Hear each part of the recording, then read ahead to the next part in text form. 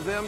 And so for the next several minutes, you're going to experience all the events that are coming up right around the corner. We'd love for you to engage them. You can always go to point.info and find out details about every one of them. Well, today, enjoy yourself. We're going to have these announcements, and I'll be back again at the end to tell you about what you can expect in this service. First, I want to tell you about the heart and soul of LifePoint. At LifePoint, we do 4 things, only 4 things. We love to help people know God, find freedom, discover meaning, and to make a difference. We do that on Sundays, through groups, in workshops, and by our volunteer serve teams. We would love for you to be a part of each one because each provides the radical life change and the intimacy of heart. It exercises you before your worship in God. This is an amazing process. We would love for you to own the vision of LifePoint and be a part of all 4 of these. Let me tell you about our Start Track renewal event. Originally, it was going to be January the 20th, but because of our inclement weather and other issues, we were needing to reschedule it in February or March. We don't have a new date yet, but it's coming, and we're so excited for everybody at LifePoint to be a part of that. It's our way of renewing our vision, our heart together as a church family to say, let's get her done for one more year. So keep your ears peeled. We'll give you the new date soon. I love groups. Groups are where relationships really happen. You can't have a close network of friends without spending time and giving proximity to it. In our groups, we believe freedom happens. We think that you are wounded in relationships and you're healed in relationships. Our next semester in groups starts February 3rd. And in February 3rd, we're going to deal with the topic of radioactive love.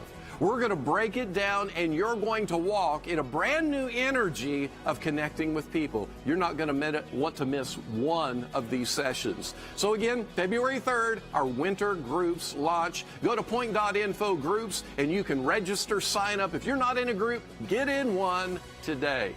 Let me tell you about something fun happening for our couples. We have a couples Top Golf Thursday, February 7th, and it'll either be 6:30 or 7. We got 2 times that we're broadcasting, 6:30 and 7, you pick. I believe that we'll have a blast that night. Now, if you've never been to Top Golf, listen, it ain't about golf. It isn't about whether you're skilled, have any background on a golf course, or even know what a golf club is. Top Golf is about you connecting with other people. It's about all of us having family and laughing and loving together. And I'm telling you, you'll do that. I say that Top Golf is a combination of golf, a bowling alley, and Buffalo Wild Wings. It's a sports bar restaurant, some of the greatest food you'll ever lap your lip over. So you're going to want to be there at our Couples Top Golf Thursday, February 7th at either 6:30 or 7. We love it if you will pick. If you want to know more about it, be sure to go to point.info. Again, it isn't about golf. You don't even have to golf. There's a bunch of seats you can sit around and just eat your wings. For all you men, we have our Conquer Saturday coming up February 9th. Of course, all of the inclement weather just knocked out our Conquer plans for the month of January. So we're going to consolidate it to one Saturday, February 9th from 8 to 10. I would ask every male age 13 and up to come hang out with us on that Saturday. It's going to be an extraordinary time. Now let me give you a secret. We're also designing once-a-month times around Conquer to meet throughout the year. And these are bigger events. These are greater times to connect with the guys, and most importantly, to be a bridge event where you invite your friends, your guy friends, to come hang out. The Conquer time that we're going to spend together on February the 9th is going to be about a video series, but we're going to watch one of them about neurobiology, neuroscience, and biblical masculinity, why you do what you do, why you tick the way you tick, and ultimately, how to be fulfilled and happy. You're going to want to be there with us on February the 9th at 8 o'clock. Conquer. Can't wait.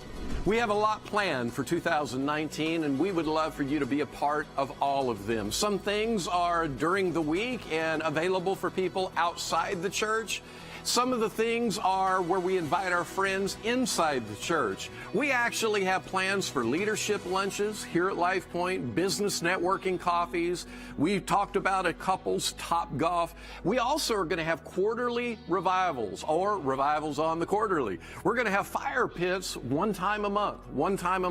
We'll have community service projects, monthly Man Up events, and ladies events. You're going to want to be a part of all of these things. I just want you to get excited about what's coming around the corner. So be watching at point.info for all the details of all the events. On February 10th, we have a brand new preaching series called Tango that'll be rolling out. It's a 3-week series because we know relationships are like a dance. There's a lot of passion, there's a lot of movement, there's a lot of synchronization, and sometimes there's conflict. We're going to be talking about the myths of relationships. We'll talk about how in coupleship, each partner has certain things that make them feel safe. We're going to walk through that, and then we'll talk about repairing the conflicts that happen in a relationship. It's going to be an extraordinary time together. It'll be Tango, February 10th. Again, be sure to invite all your friends.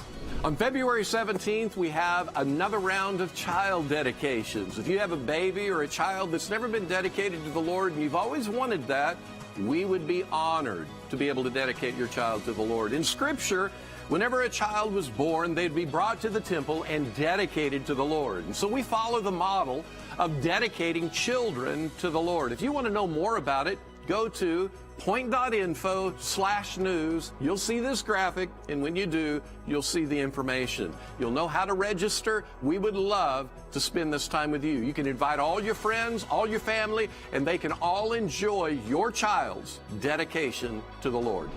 Everything we talk about, you've heard it over and over and over, is at point.info. Everything from sermon notes to church news. If you want to register for something, you want to get in groups, you want to be a part of a team, whatever you want to do at Life Point, you can access it at point.info. You can get on your devices right now, log in, and get ready to rock and roll. And now's a good time to begin logging into your social networks where you can post your experiences of happenings at Life Point. As God touches your heart, whether it's through singing a phrase that's in the teaching, the preaching, the interviews, go ahead and post it. Take a picture, take a little video, because everybody in your social networks is going to be drawn to whatever you're experiencing, and they will never debate your experience. So post it, and let's see what God might do through a willing you. Welcome again, everybody. My name's Patrick Norris. I am the lead pastor at Life Point, and we are so stoked you're in the house. I want you to know we'll be here about an hour and 15 to an hour and 30 minutes. We'll have a time of singing. We'll have a story of life change, and then a message that we believe is going to impact your heart. That's our prayer for you. So you sit back and relax, and let's expect something extraordinary to happen in your life. Now, let's jump into our Sunday morning worship experience. Good morning, good morning. I'd like to welcome you guys to the stand as we enter into a time of worship this morning. Father, we love you. There is no one like you. We give you all the praise and glory this morning. We come before the throne of grace. You are worthy, O Lord, to receive all of our worship.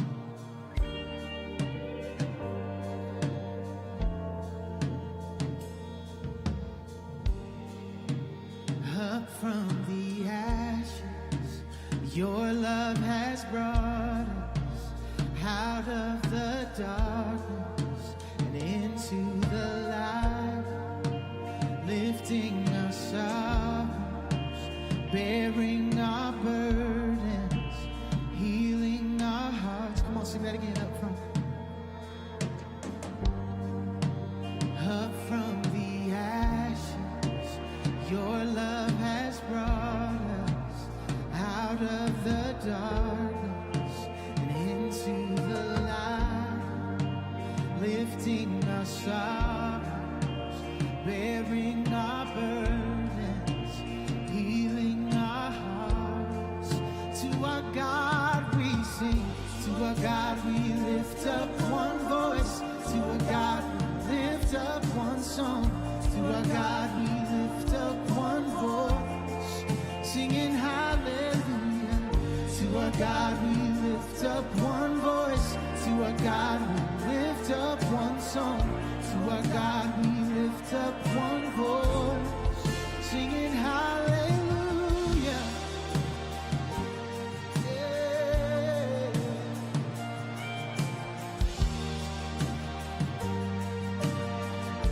Chains have been broken. Chains have been broken. Eyes have been opened. An army of dry bones is starting to rise. Death is defeated, but we are victorious. For you are alive. To our God we lift up one voice. To our God we lift up one song. To our God we lift up one voice, singing hallelujah. To our God we lift up one voice. To our God we lift up one song. To our God we lift up one voice, singing hallelujah. Come on. Hallelujah. Singing hallelujah. Hallelujah. Singing hallelujah. Hallelujah. Singing hallelujah. Hallelujah. Make his praise. Make his praise. Glorious. Glorious. Glorious. For his name. For his name is glorious.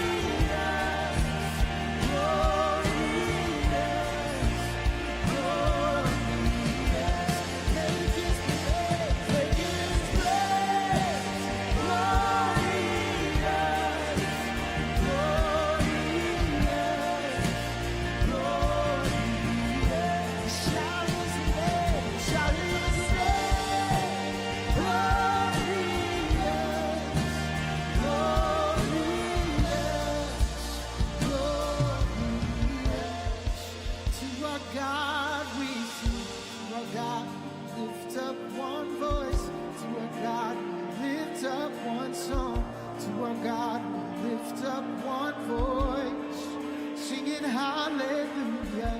To our God we lift up one voice, to our God we lift up one song, to our God we lift up one voice. Come on, keep singing that, singing hallelujah. To our God we lift up one voice. To our God we lift up one song. To our God we lift up one voice, singing high. To our God. To our God we lift up one voice. To our God we lift up one song. To our God we lift up one voice, singing hallelujah. Come on, singing hallelujah. Singing hallelujah, hallelujah, singing hallelujah, singing hallelujah, singing hallelujah, singing hallelujah. Make his praise glorious, glorious.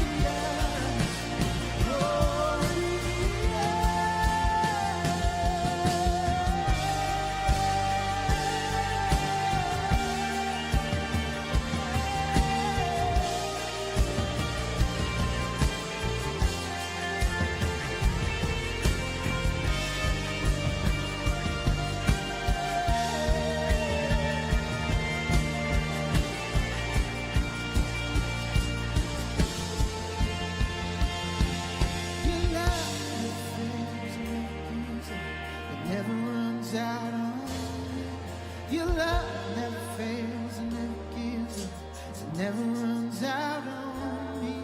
Your love never fails and never gives up, it never runs out on me. Your love, oh, sing it again. Your love never fails and never gives up, it never runs out on me. Your love never fails and never gives up, it never runs out on me. Your love never fails and never gives up, it never runs out on me. Your love,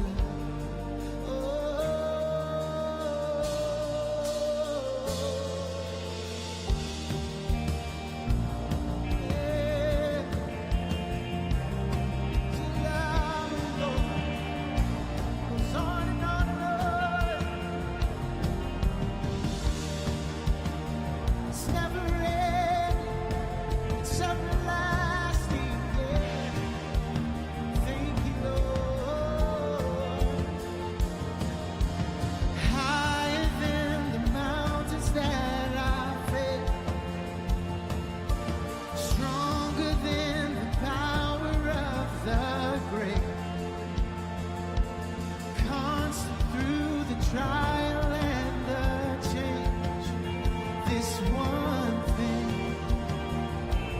remains: your love.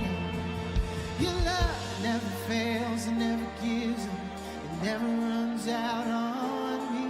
Your love never fails and never gives up, it never runs out on me.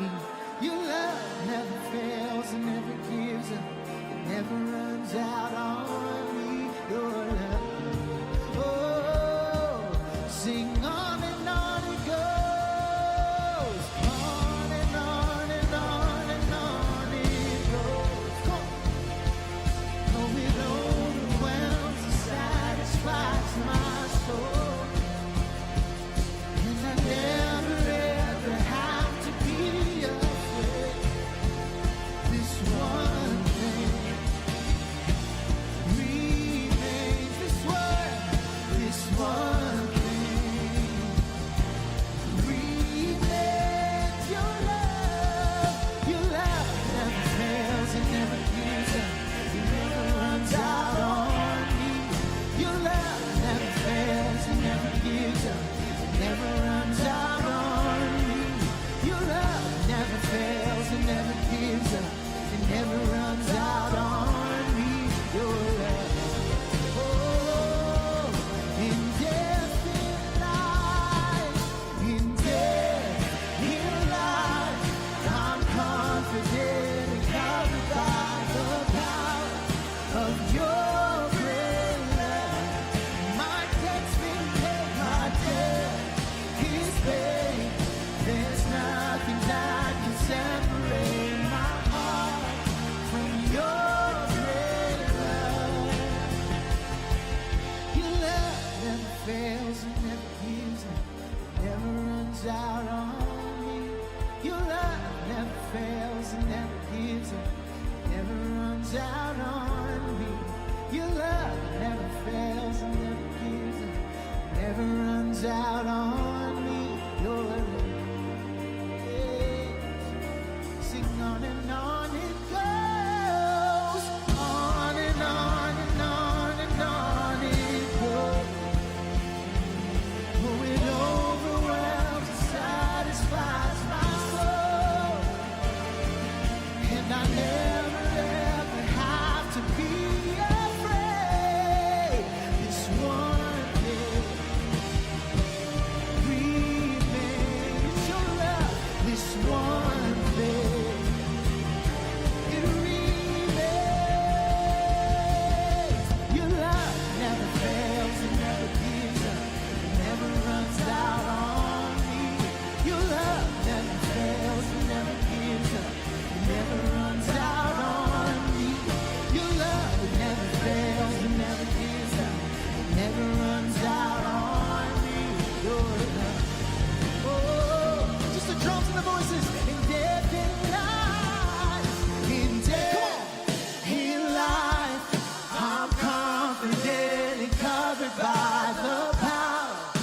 of your great love.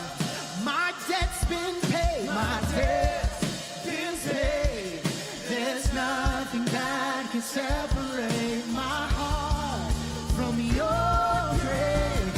In death and life, in death and life, I'm confident and covered by the power of your great love. My debt's been paid, my debt is paid. There's nothing that can separate my heart from your great love. Yeah.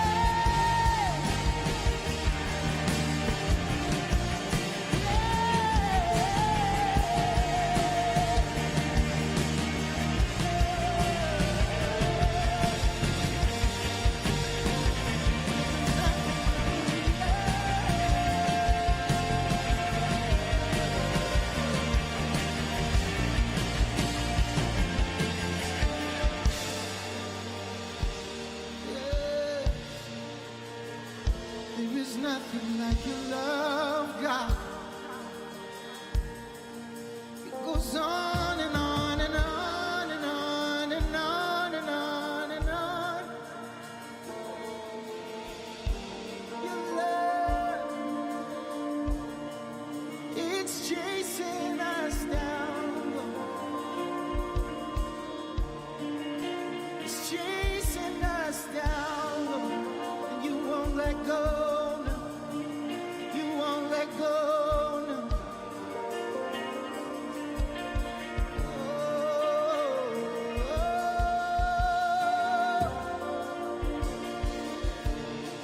Here we are, God. Here we are, God.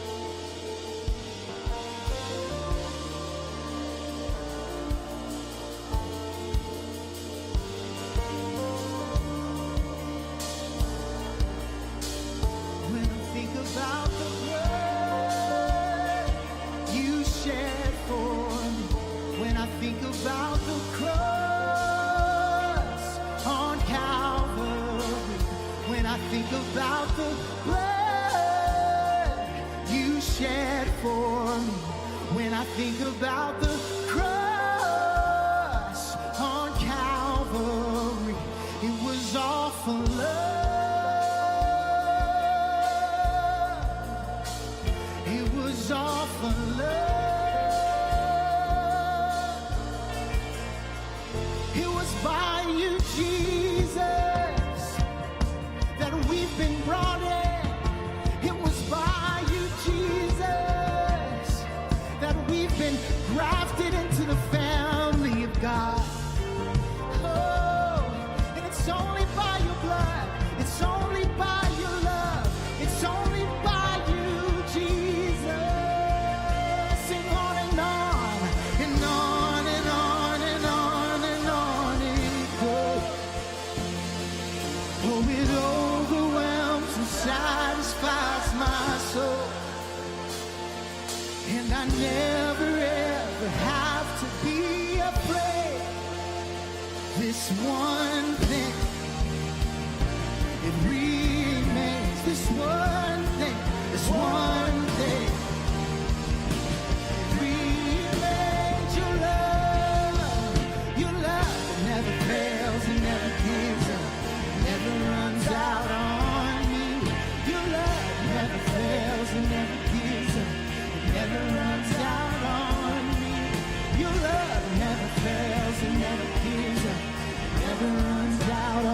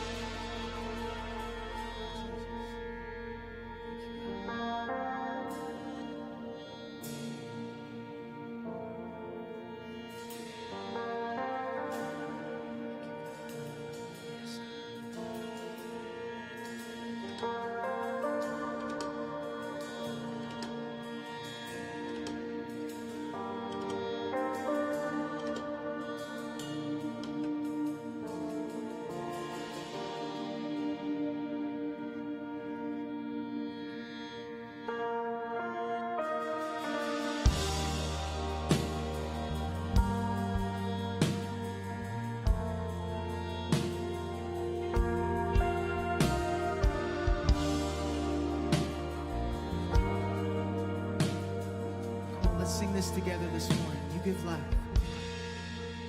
You give life. You are love. You bring light to the darkness. You give hope. You restore every heart that is broken. And we sing, great are you, Lord. It's your grace. It's your breath in our lungs.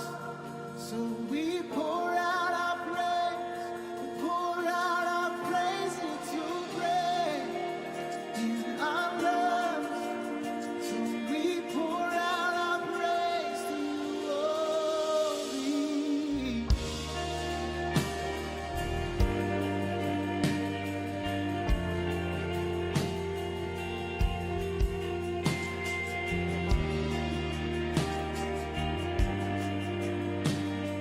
You give life.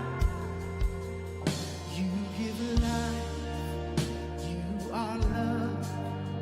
You bring light to the darkness. You give hope. You restore every heart that is broken. We sing, great are you, Lord. It's your grace. It's your grace in our lungs. So we pour out our praise. We pour out our praise. It's your grace in our lungs. So we pour out our praise to you, holy. It's your grace in our lungs. So we pour out our praise. We pour out our praise. It's your grace in our lungs. So we pour out our praise to you, holy.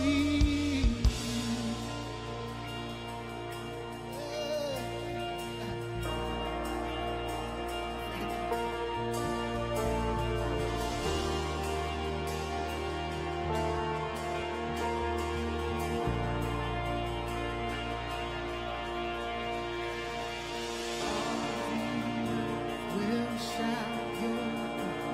Our hearts will cry.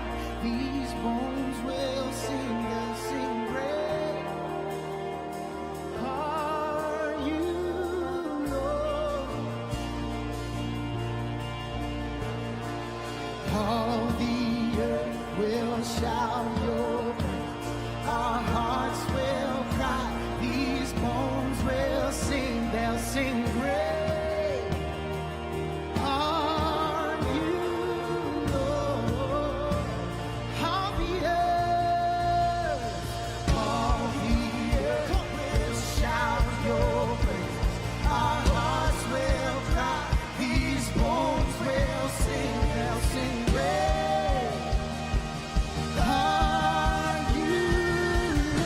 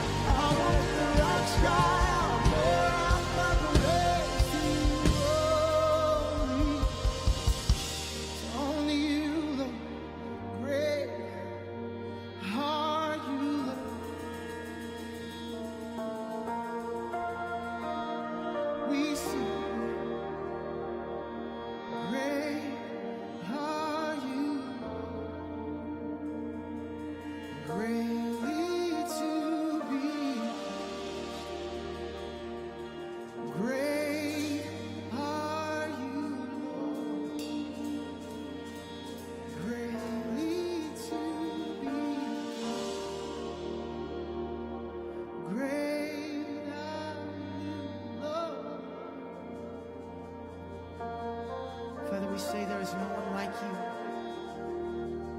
You stand alone. As we poured out our worship before you this morning, let it be a pleasing fragrance. Let it be a pleasing sacrifice unto you, God. We thank you for the sacrifice of Jesus. We thank you for the blood of Jesus that covers a multitude of sins. The Bible says, as far as the east is from the west, that's how far he's removed our transgressions. So this morning, God, we thank you for all that you've done and all that you're going to do. We love you and we bless you. In your Son's name, amen. You guys can go ahead and be seated. Hey, my name is Julian. I've been going to a life group for just under a year now, and this is my story. So when I first got invited to the group, I was actually just trying to hang out with a friend of mine, an old friend of mine from high school, and I was texting him. I was like, hey, when are you available to hang out? And, I want to get together for dinner or whatever. He said to me, just, hey, I'm going to this college group thing. I go to this thing every Thursday, and it starts at 7. If you want, we could go to dinner, and, we could go together to this group. And so, I was just thinking like, yeah, sure, I'll come, I guess. I didn't necessarily want to because of the group. I just wanted to go and hang out with my friend who I hadn't seen in a while. So we went together, we went to dinner together, and kind of caught up with each other, and then we drove to our college group at the Norris's house. And the very first thing that we were doing was we were playing, I believe it was Pictionary, and everybody was just having a good time and laughing, and instantly I was introduced to all these different people, and it wasn't just me going up to people and shaking hands and being having my friend lead me around. It was really a lot of people coming up to me and being like, hey, how's it going? So right away it was just very welcoming and very inviting. And then the next couple of times I kind of went here and there, and I wasn't exactly committed to it. My friend that was going had actually texted me and was like, hey man, we missed you at college group. And I think what really kind of hit me was he texted me, everybody was asking about you at college group. And that was really a head turning moment where I was like, oh really, that's interesting, because you don't really feel how your presence is to other people and how important it is for you to be there. The first couple times I came, it was really just to bond with people that I had known before, and then eventually it became about the friendship that was forming within the group. And it didn't really click for me until a few times of going and being fully committed to it, that I was actually starting to enjoy learning about God's kingdom and about the Bible. I used to think of Jesus as more of a authoritarian figure. I would relate him more to like a micromanager in a way. Whereas now in this group, these people are becoming my best friends and people that I can really look up to, and I'm relating those feelings to my feelings about Jesus. Instead of viewing him as this authoritarian figure, this parental figure, I'm viewing him as my best friend. He was looking out for my best intentions, and I think just being in a group full of people that are in the same boat as I am, that can sort of help me understand that, really helped me sort of foster this relationship with Jesus and with God. Once I had that fascination for him, I wanted to learn more and to do more. And that led to me being invited to Life Point Church. Going to that every Sunday started to become a routine of mine. And beyond that, I started to get even more involved with being a part of the creative team, and I had all these connections that were leading me into a new community that I had no idea even existed in this form. Now it's like I'm looking forward to Thursdays, and I'm looking forward to Sundays, because I get to see this community that I'm a part of. I get to see my church family and some of my best friends and brothers and sisters. Even in those dark moments that I have, through day to day, just from work or from all the nastiness in the news or whatever, I just come back to this place in my mind of like, it can't be all that bad, because I have all these people surrounding me that are so good, and it really exhibits Jesus' love in real life. And I feel like if Jesus were a human walking among us, this is what it would be like to be friends with him. That's so good, right? I love Julian's story. Let's give him a clap. Yes. I love what Julian said, that he was invited and then he was welcomed, because I think there's a difference between being invited and not feeling welcome. You're like, why did I even come? But Julian was invited and he was welcomed in. I think that's what makes our groups so unique. I know for my husband and I, for our family, groups have deeply impacted our trajectory. I mean, the people that we're in groups with, I believe that they're our lifelong friends, no matter where they live, no matter what season of life we're in. We're lifers together, truly. And my kids are impacted by the adults in my group. And so I would encourage you guys, this week is actually the beginning of groups starting, to go to point.info/groups and sign up for a group and do it. It feels a little uncomfortable, especially if you haven't been invited and you're just gonna kind of jump into one. But I promise you, once you get past that awkward stage, like any relationship, you find camaraderie, you find the things that you have, that you can joke about, that you can laugh about, that you can share and go deep in. And so I would encourage you guys, this week is the beginning of winter groups, so I encourage you to sign up. Well, welcome to Life Point Church. So glad to see each and every one of you this Sunday. If you're a guest with us, welcome. We're honored to have you in the house this morning. My name's Courtney, and I serve as our children's director here at Life Point Church. And part of Julian's story is part of our story. Being a part of Life Point is so important to us to grow, to understand who the real Jesus is and the power of redemption. And that's why Julian's story is so powerful, because now he has this group of friends. Now he's here in our Life Point family, and he's growing and he's understanding more about Jesus' love for him. And I love that. We're going to move into our offering portion of our service. And I want to let you know that there are 3 ways that you can give at Life Point, and it's by check, cash, or online. And if you're a guest with us, please don't feel obligated to give. You can kind of just sit back and relax. But if you would like to give, online is the best way to give. You can go to mylifepoint.com/give and set up reoccurring giving there. And that way it just goes as much as you set it. I'm going to invite the ushers to come on forward. And I want to remind you that Julian's story is happening. It's happened. His life has been changed because our doors are open, because we're welcoming in, because we're inviting in. And that happens when we give. And so I just want you to feel that Julian's story is your story too. Let's pray for our offering. Jesus, thank you so much for this Sunday morning, for each one of us in these seats, God. We just praise you and thank you. And I ask, God, that you would bless the hands that give this morning, Lord, abundantly, immeasurably more than we can ever think or imagine. God, we thank you for the resource that you've given us, and we offer it to you and say it's yours. In Jesus' name, amen. Ushers, you can serve the people. Now is the time to fill out attendance notebooks. So on the left side of each row, underneath this seat, is an attendance notebook. And if you're a regular with us, if you could please fill out the white column just to let us know you're here. And if you're a guest, if you could please fill out the yellow column. And that's just so that we know that you're here, and you can pass it down the row. And once it hits that right side of your row, you just pass it on back, and you can say hi to the people in the row next to you. If you want to, and their name's there, and so then you don't feel weird. Okay, so point.info is what you can use throughout the week or this morning. Point.info has all the info. It's basically kind of like the insider website at Life Point Church. And I would encourage you, the group sign up is there, sermon notes are there, any like announcements or happenings in church are happening there. It's all the info is on there. So this morning we have an interview between Pastor Patrick and Anthony Sherman. This guy is the Kansas City Chiefs fullback, and yeah, pretty cool, right? And today's Jersey Sunday. I don't actually have a Chiefs jersey. It's kind of embarrassing, you guys. Like, Kayvon, like you're decked out and your little man's decked out, and I'm just like, I want to look like Kayvon right now. So I went for all black because it's neutral, and there we go. All right, so Anthony Sherman and Pastor got to sit down before the Man Up conference that we had a couple of weeks ago and just talk about what real masculinity is and what does Jesus look like and what does he mean to each and every one of us.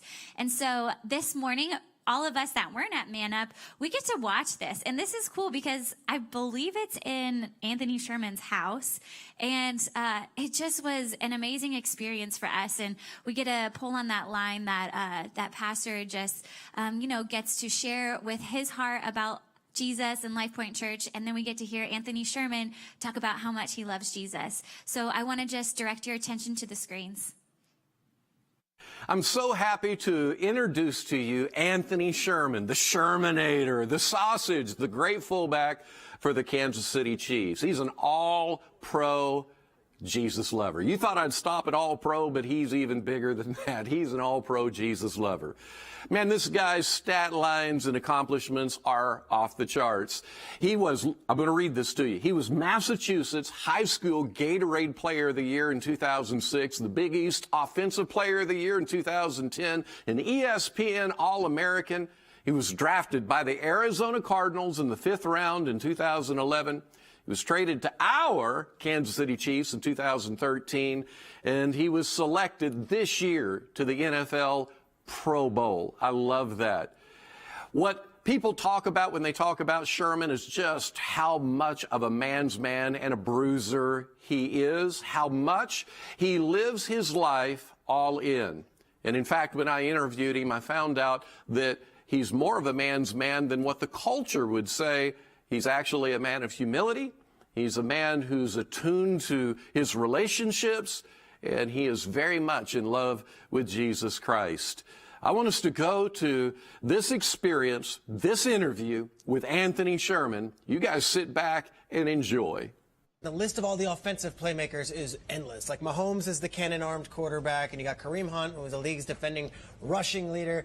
Tyreek, Sammy, Kelsey, Damian Williams, Black Mamba, Conley, Spencer Ware, DeMarcus Ross. The list is long. It's electric. My underappreciated storyline this week is the underappreciated piece to the offense. Their fullback, Anthony Sherman. You might not know that name, but Anthony Sherman is a bad man.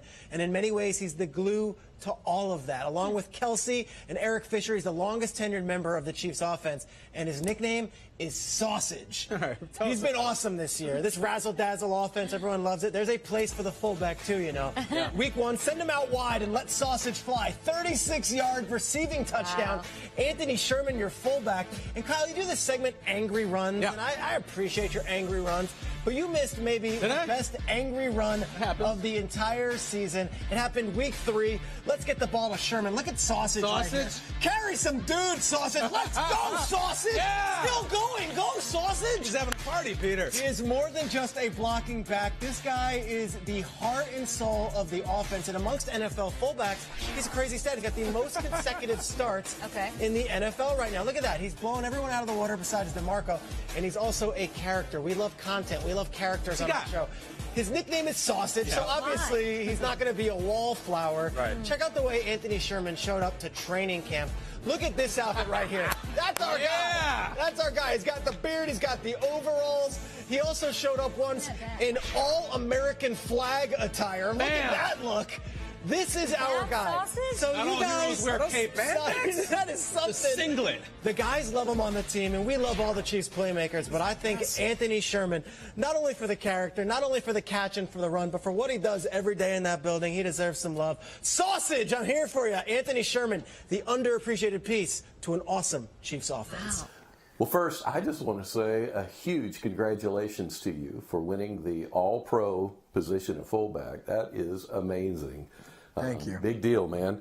I think the people have voted, and they want to know what's Sausage and Shermanator. Give me background on both those. So my first year in Kansas City, Coach Reed, during training camp, started calling me Sausage in install meetings. Hey, the sausage is going to be in the flat here. All the sausage is going to make this block. And I'm like, he's going to be talking to me.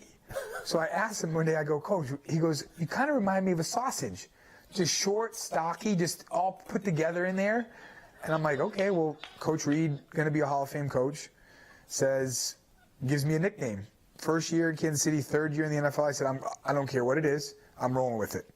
So then I went with the sausage, and now it came this past season. I had a long touchdown catch, and he started making jokes, calling sausage with hands. So we just, whatever he says, I'm 100% okay with it. So is it like sausage or the sausage? Kind of like Google and Facebook. Is it the Facebook, the Google, the sausage, or do we throw the out? Whatever you want. It's whatever people want to call me. I like this free market deal. Yeah, I'm fine with whatever. I'm fine with it. People call me Shermanator and stuff. And well, tell me about the Shermanator. So that was just easier way to get your name on Twitter and Facebook. You know that. So did you come up with it, or did you? Yeah, I came up with it when I first started, and it it just stuck with me, and it was one of those things. It was easy Twitter handle and that kind of stuff to remember to tell people. Oh man, incredible.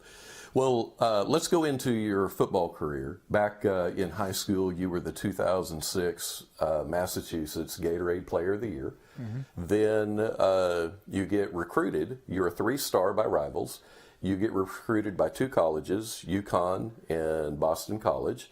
Then, before we know it, you are killing it on the NCAA fields. I mean, you're getting a lot of credit. You're getting just a lot of accolades. Wikipedia. Yeah. Wikipedia has you as the ESPN All-American, which to me is, that's just amazing. And then, of course, now you have made it, you got drafted in the 5th round by the Cardinals. 2013, you hit the Chiefs, and now you are a Pro Bowler, man.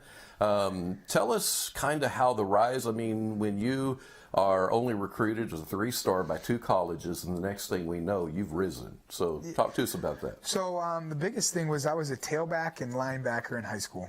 Okay. So all my film to send to these colleges were all tailback and Mike linebacker. Well, Mike linebacker, I'm a little too short to play in the NFL. And running back, well, now we all know that I'm not fast enough, and I don't have the best vision to run at an NFL level or college level. So it was one of those things where UConn came to me, was going after my junior season, and was like, hey, we really like you. We want to offer you a full scholarship. And not a lot of people know this, but there was a kid a year older than me, Robbie Vaughn, that was going to UConn on a scholarship for defensive back.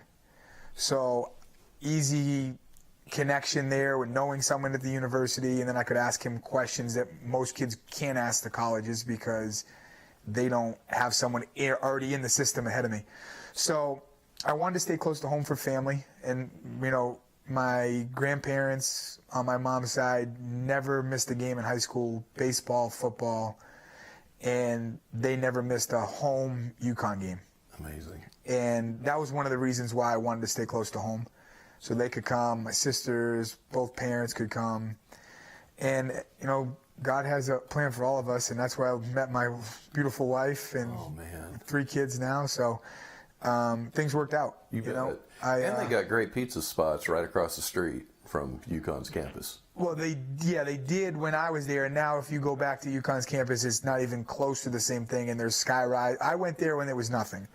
Kids now have the high-end college lifestyle where there's like a little mini town there. Oh my gosh. Well, see, I was there 15, 20 years ago. So then, yeah, you've seen the new. Incredible. Pizza's good, but there's even restaurants now. Oh, not just pizza. A little upscale. Yeah, exactly. Oh, wow. That's crazy.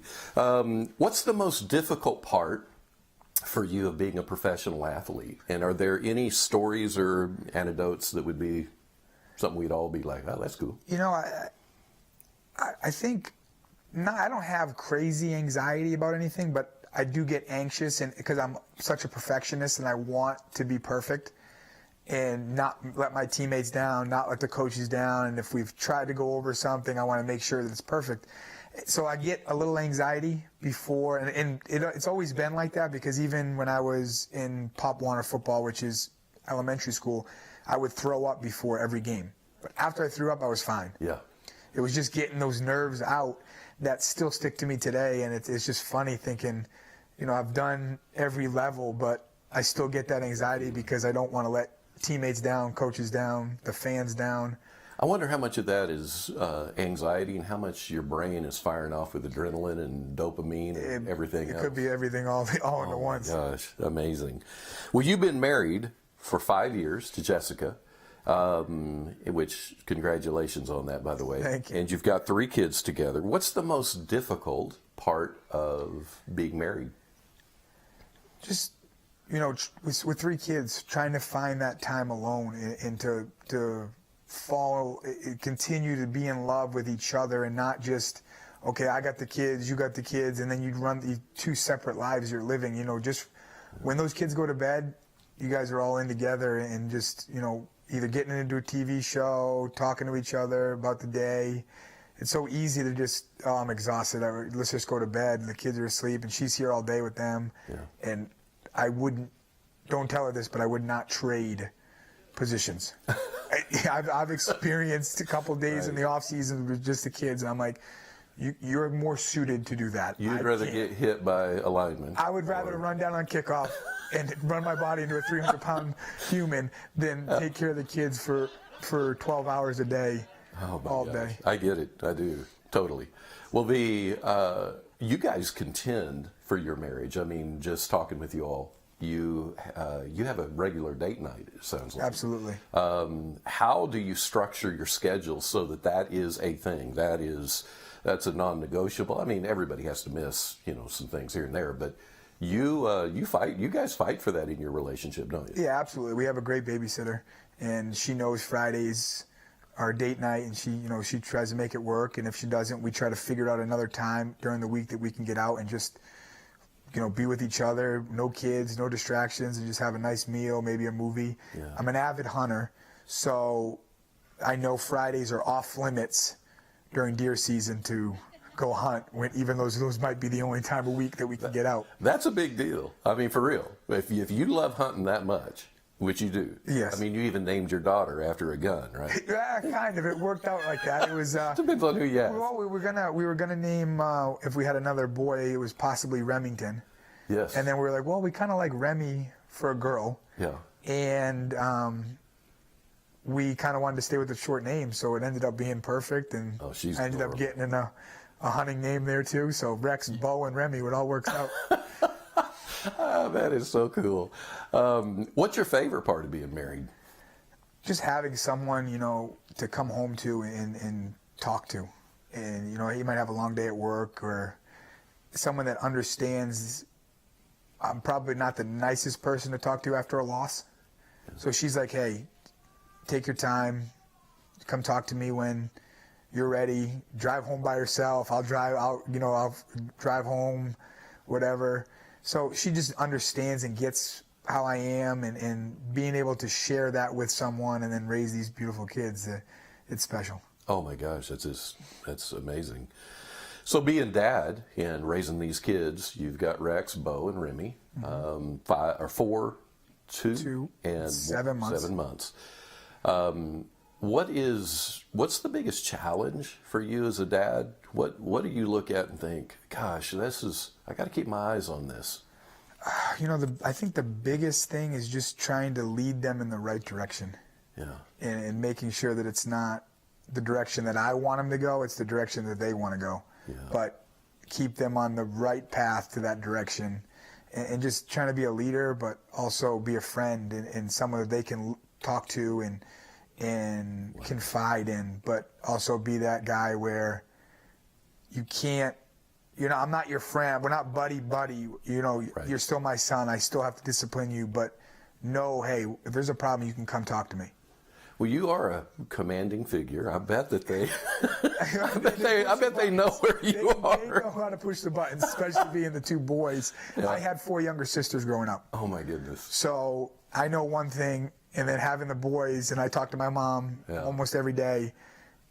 That's me as a kid. So I know how they were when I was a kid now. I love it. I used to say whenever I would look at my kids, and if I disciplined them, it looked like I was disciplining a little me, because it felt like I would have done the same things they got caught for. So there's certain things that I get to turn around and laugh at, because I'm like, wow, this is funny, but it's like, no, you can't do this. You're not old enough to talk like this yet. Yeah, right. Well, what's your favorite thing about being a dad? What do you love about it? I love the fact that, I don't want to tie everything into football, but coming home after a loss, they don't care. Yeah. They're excited to see daddy. And, coming down here, wrestling, playing their new toys from Santa Claus, and just, getting away from the world, getting away from all the stress, and just diving into them and trying to ask them how their day was, and see how school was, and what projects did they bring home. Wow. So just trying to be involved in their lives as much as possible any time that I get away from work. Yeah. And it shifts your mood. It makes you feel different after you're ticked.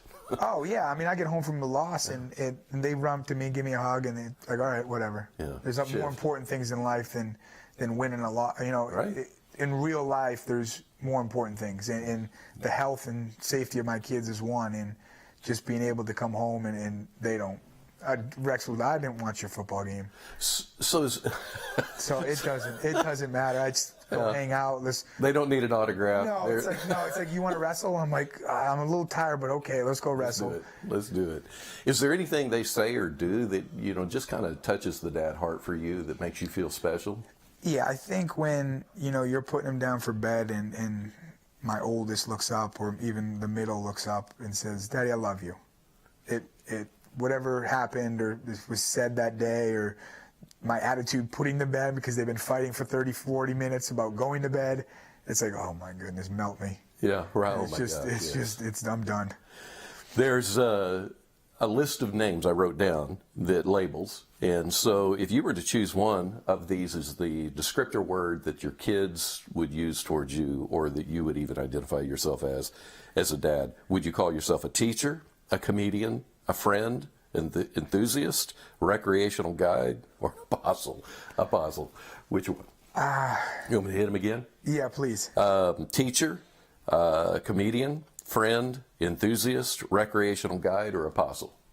I'd like to say teacher. Yeah. I'd like to try to teach them as much as I know or I can help them with, and show them this is the way you should probably do it. Yeah, yeah. So let's now shift to your dad. What was your dad's relationship with you like? What was that like? So we have a great relationship. We still do. Yeah. He's more of a quiet, older school, like, hey, we don't really talk about our feelings or talk about our things. So I'm kind of I would say mama's boy. Yeah. And that way, because I can talk to my mom about anything. We talk all the time. And I'm not saying that I don't have a great relationship with my dad, but it's just a different, like, hey, I'm not going to call him for a girl problem I had in high school or something like that. I'm going to call my mom. It was one of those things where, he's a great role model. Yeah. He's worked his entire life. He's worked hard. He's had multiple jobs. He showed that work ethic to if you want something, you got to go out and get it.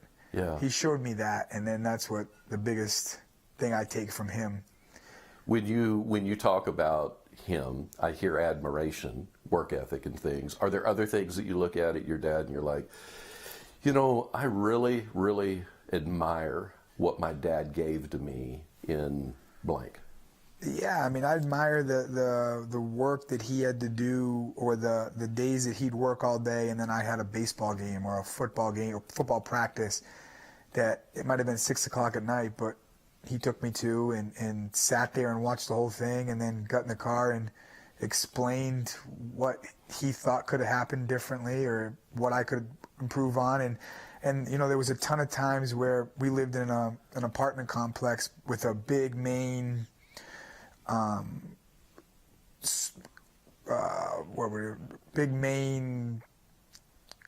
grass area with a pool, and we'd go out there and he'd hit baseballs. Oh my God! Because I would play outfield, and he'd go out there and hit baseballs until I would just fall asleep at night. And like, he was just always there for whenever I wanted to play catch, go somewhere, go do something. He would always be the transportation. Is that right? Well, you ended up becoming an accomplished high school baseball player. You were the captain of your team and things of that sort too, right? Yeah. So I had a couple of tryouts right after senior year that I declined to go to just because I wanted to pursue football. Wow.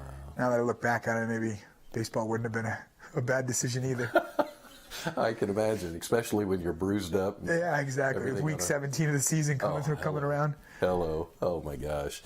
Well, as you honor your dad, obviously you have a great dad. I mean, what he sacrificed for you that's top shelf stuff. Can you think of maybe what is one of your dad's greatest pieces of advice that he gave you? Just never quit and always work for what you want. Yeah. And if you want something, you got to go out there and work as hard as you can to get it. And you saw him do it. Yeah, I mean, he 4 younger sisters and me. Yeah. So he had a lot of mouths to feed, and he made sure that on a daily basis there was food on the table and clothes on our back. Yeah, I can imagine. Well, you're 5'10".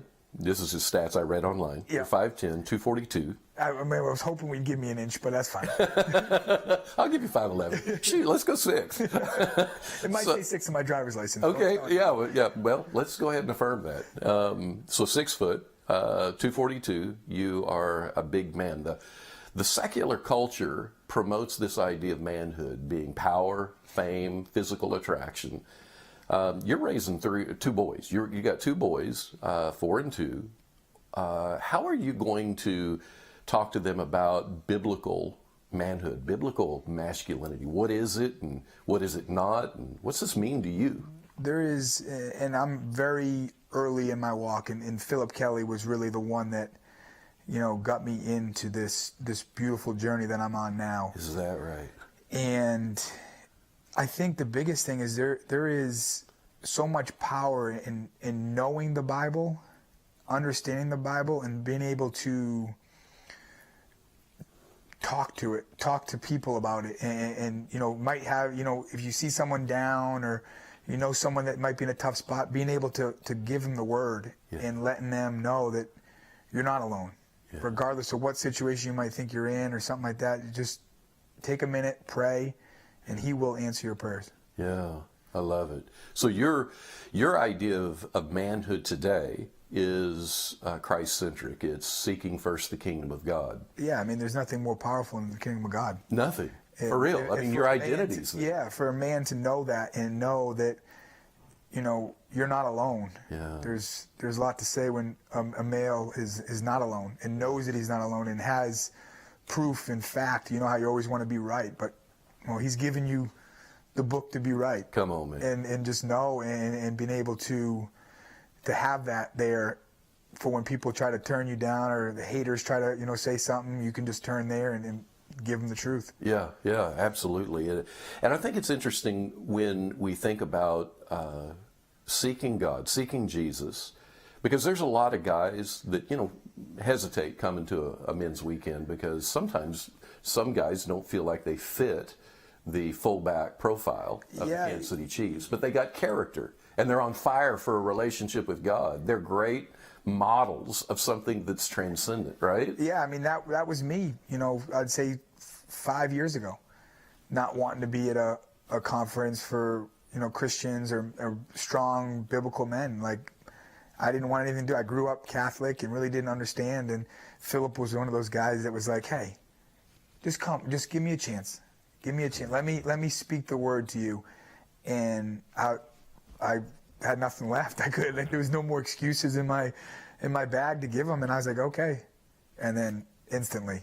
So what was that whole process like? So you meet Philip. Philip was the team pastor at the time, and we became close through mutual friends, and now he was still my teammate, Dustin Colquitt. And we hit it off, and it's one of those things where I couldn't thank him enough. And I want to say 2 years ago, he baptized me again. Oh, come on. I was baptized as a child, but I didn't have the understanding of it, and now I dedicated my life again to Jesus Christ. So in 2 years, 2 years ago, you came to the choice point. I came to the choice point and had Philip do it. I went to a small athlete conference, first one, and it was powerful. Oh my gosh, that's amazing. And so let's talk about your spiritual life a little bit. What are the ways that you keep your heart thriving? I mean, you're a pro. So, I mean, first of all, you take your professional football lens, and you are, as a professional, you're giving everything you got. I mean, you work 12-hour days through the week. Yeah, and I'm still working to be a pro in that. And it's one of those things, but no one ever is a pro. There's always things learning. You might know the Bible, but then you read it again, and there's something you think about something completely different. Yeah. So I think I just try to be conscious of my time and taking it towards and really, praying in the morning and trying to pray before bed, or even, my son might be better than I am about praying. The other day we were driving in the car, and he was praying in the back seat and had no idea that he was praying. His hands were like this, and he was talking, and I hear him say, I turn the radio down, and I just start listening. It made me like, I'm doing something right. And he was like, "Are you listening?" I said, "No, buddy, I'm not listening." Well, I was, because I wanted to hear what he said, and I was so proud Oh my God! of that than anything else that has happened. Just knowing that he has already started a great relationship that I wish I had earlier, but I'm getting to now. I hear, absolutely, and I hear the energy in your heart about that. So there's maybe an equal or greater amount of joy in your heart just watching your kids first get glimpses of Jesus and learning that he's not just a theory or a philosophy, but he's a person and he's a relationship. And I mean, just hearing you've got tons of energy around that. Yeah, you know, it was funny because if you had Philip up here and he could describe how I was at first and now where I am now, my whole life has been, I'm not saying better, but your attitude. Every day you wake up with a different attitude, different energy that you didn't have before, but now you know where you're getting that from as you get deeper and deeper. I love and it's from the man upstairs. It's great. Come on. So you, getting a little personal with you, when you do, do you have a devotional time? And I'm not. No, that's not a metric, by the way. I try. It's very difficult, and not making an excuse, but for running around or with the kids and stuff like that. So I have to do, and I would like to do a better job of. Yeah. Probably this off season is getting up in the morning and diving into the Bible for 30, 40 minutes and just taking that time, quiet time for myself and getting into this word. Well, I think about all the men who will be watching this and the tension that they feel in their life because they want to have the daily devotions. Sometimes they don't, and then they feel like that they are a sub-Christian, kind of a failure. And so what you're saying is that you really enjoy the journey with Jesus, and that he's not got to be in a formalized setting, that he drives with you. He's a part of your heart. Yeah, that's the one great thing is he's always listening. Yeah. And you could be driving, you could be in the shower and just talk to him. That's the biggest thing. It doesn't have to be this one spot, this one area that you sit there and pray. It could be anywhere. Yeah. It could be on the drive to work in the morning. Yeah. It could be lifting weights in between sets. Just a quick little prayer. It doesn't have to be crazy. And that's something that I've learned to add to my day through great influences and just becoming more and more involved in his word. I'm celebrating the fact that your son prays while you drive, but I'm a little distracted because I wonder, is it your driving that's causing him to pray a lot? I don't think so.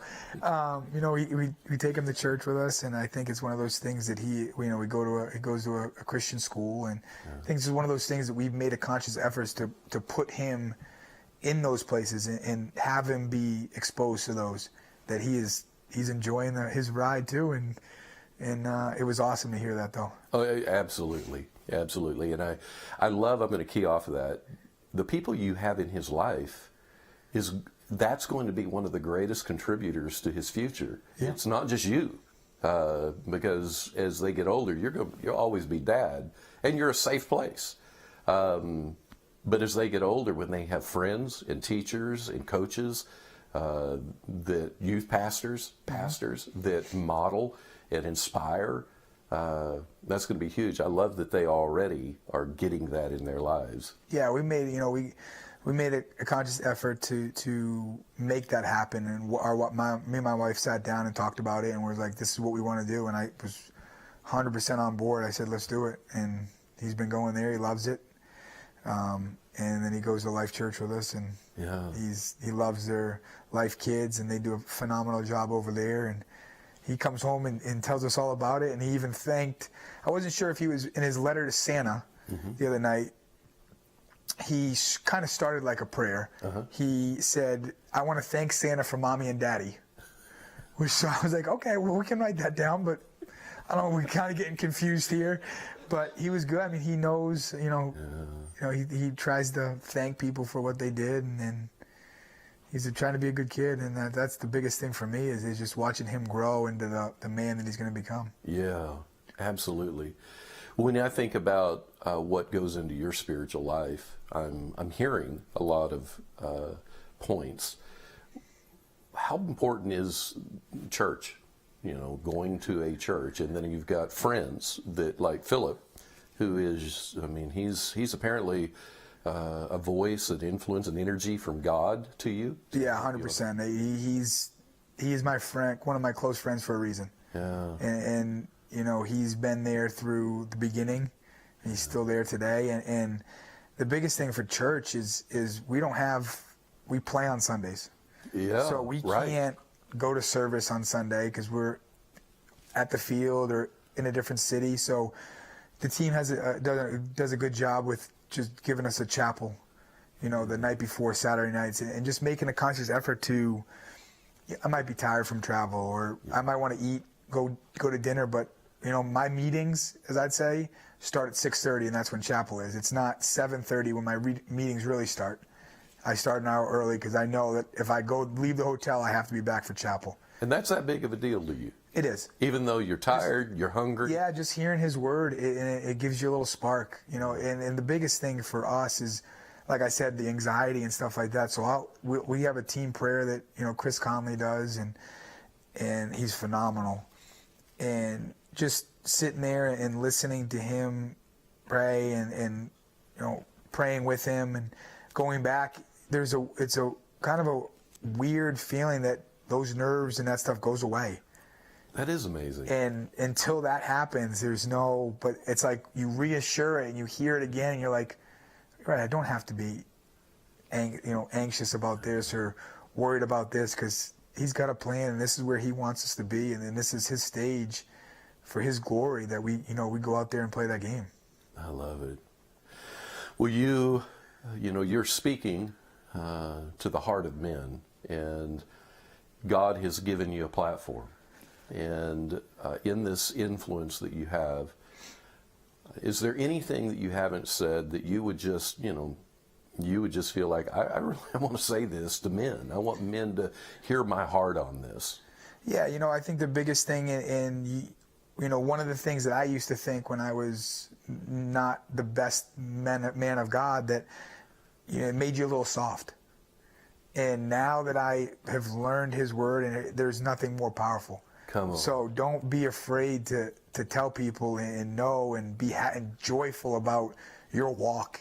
Don't be afraid to invite the neighbor or the guy next to you at the desk or something like that to church, because you don't know what they're going through, and it might be something they need. That light might need to click for them, and then they can have a great rest of their life or whatever else is going on. But as a man, don't be afraid to speak your mind about your relationship with God, because there's nothing better. That's a powerful word. A powerful word.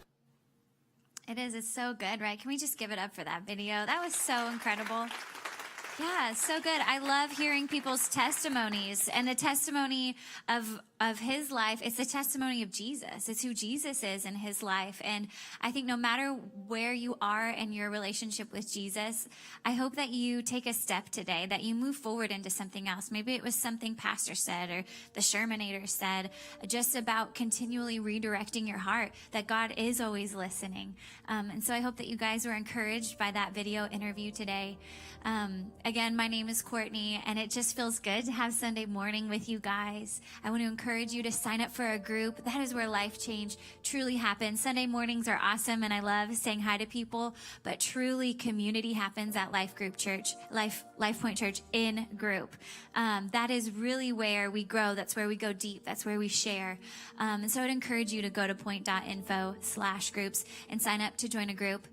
Next week, we're starting our 3-part series called Tango, and it's all about relationships.